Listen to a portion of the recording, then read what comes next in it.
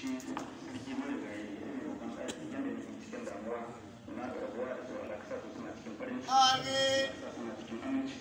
da sarki alhaji Allah za ka kawo masa Allah ka kawo sarki alhaji Allah za ka kawo masa sarki mai da ya yi amin roƙon ɗaki inda Allah za ka kawo masa dukkanin sauran sarakuna na wannan gida baki ɗaya asali da rassa da dukkanin shugabanni maza da mata da suka rasu da bani ji Allah da gafarta amin suna aljanna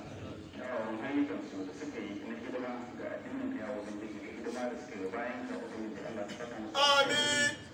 amin Qur'an su ubangiji Allah ta shafi albarka annabi sallallahu alaihi wasallam dukkanin magabata na wannan gida wannan amin Allah ta sa mu ta amin wannan alƙawari Allah ta tabbatar da tsara musu lafiya Allah ta tsara musu zama lafiya dukkan abin da zai jawo tashin hankali a cikin wannan gida ko rashin jin daɗi Allah ka yi